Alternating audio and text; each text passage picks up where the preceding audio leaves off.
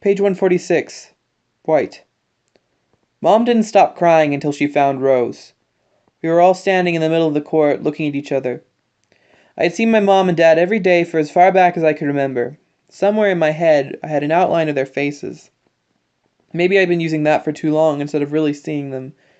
They looked older and more scared now than I'd ever seen them before.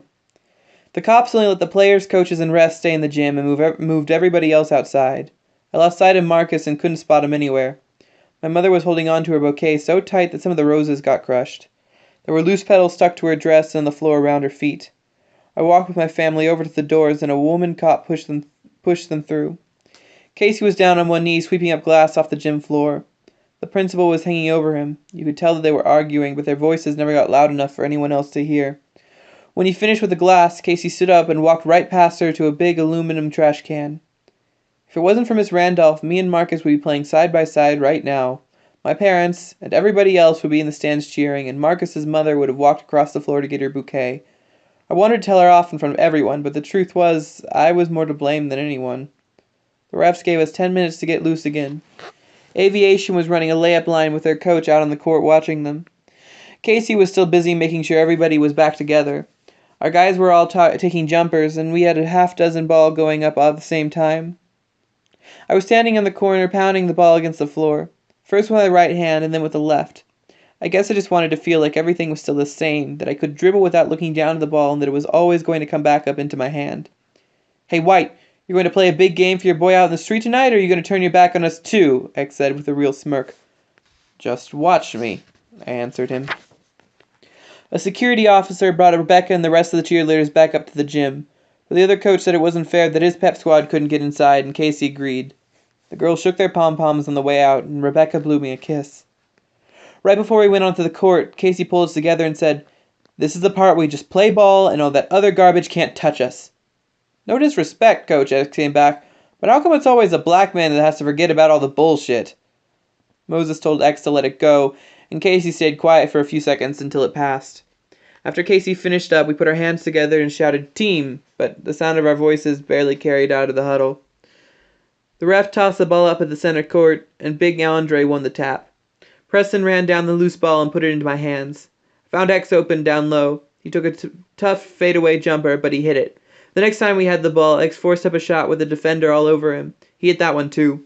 I watched X run back on defense. It looked like every emotion in the world was racing through him at the same time, and he didn't have to hide or be ashamed of any one of them. I needed to get into the flow, so I took the first open shot I could find. The ball went halfway down into the rim and then rattled back out. Before I get my hand on the ball again, X took 2 more shots and missed them both by a mile. Then he got frustrated and smacked an aviation kid, who had a clear path to the basket, hard across the arm. The ref whistled X for an intentional foul in case he got on him from the sideline about it, but X put both of his hands out in front of him to say that he had himself under control. Half of the first quarter was gone, and I didn't have a single point yet. We were down by a basket when I stole a pass.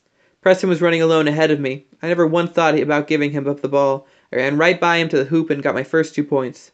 Every play we ran was out of sync. Without the ball in Marcus's hands, we were a step behind on everything. The kid Andre was guarding knocked Moses flat with a blind screen. Moses screamed at Andre all the way back up the court for not letting him know it was coming. The next missed another shot he should never have taken. The first quarter ended with the score tied 14-14. When we got to the bench, Casey didn't say a thing about strategy.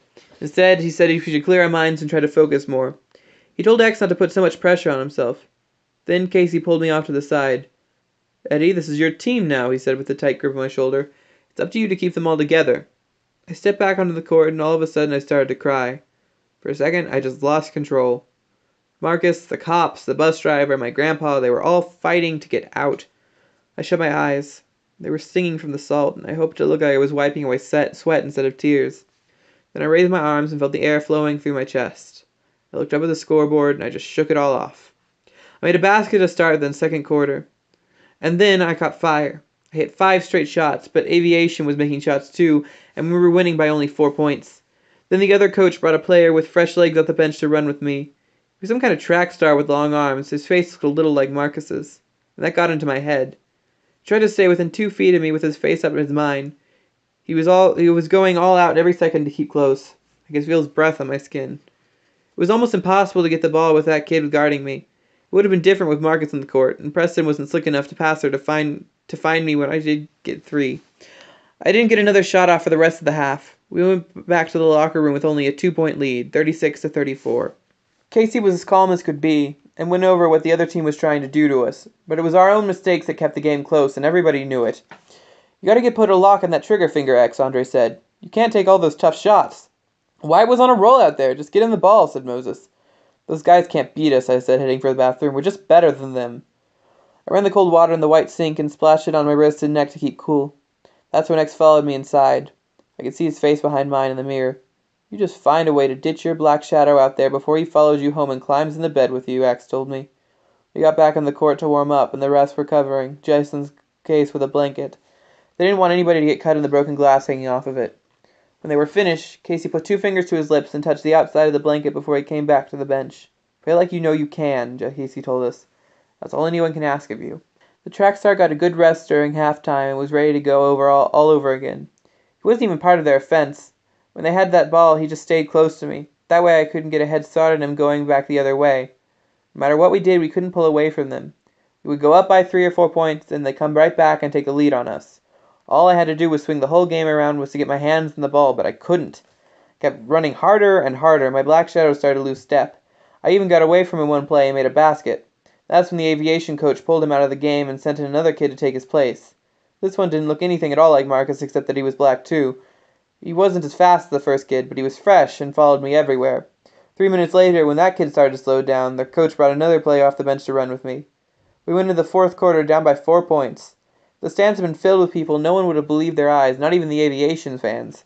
My black shadow came back into the game and locked me right up again. I didn't touch the ball on offense for the next 4 or 5 minutes. Nothing went right for us. We were losing by 6 points late in the game. I got the ball in the corner and my black shadow stripped it from me. Before he could take off the other way with it, I tackled him around the waist with both arms. The 2 refs, in their black and white striped shirts, pointed at me and blew their whistles. I raised my hands high to the scores table, and one of the refs called out my number for the foul.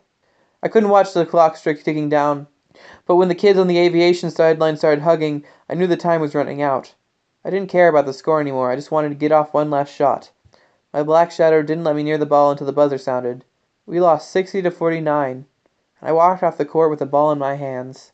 Back in the locker room, Casey told us to put the game aside for a while and try to enjoy the weekend. He said that he'd save us all the speeches for Monday. Nobody argued with him. Kids were just sitting in front of their lockers, stunned that we got knocked out of the playoffs so early. I was pissed as hell. I didn't want to be anywhere around those guys. I couldn't believe that a kid with nothing going for him but 2 good legs could stop me. Got dressed and headed down the back stairs. I almost expected to see Marcus waiting outside, but he wasn't there. My dad was waiting for me. Rebecca and the other cheerleaders were there too. The aviation squad had already come down celebrating, so they already knew.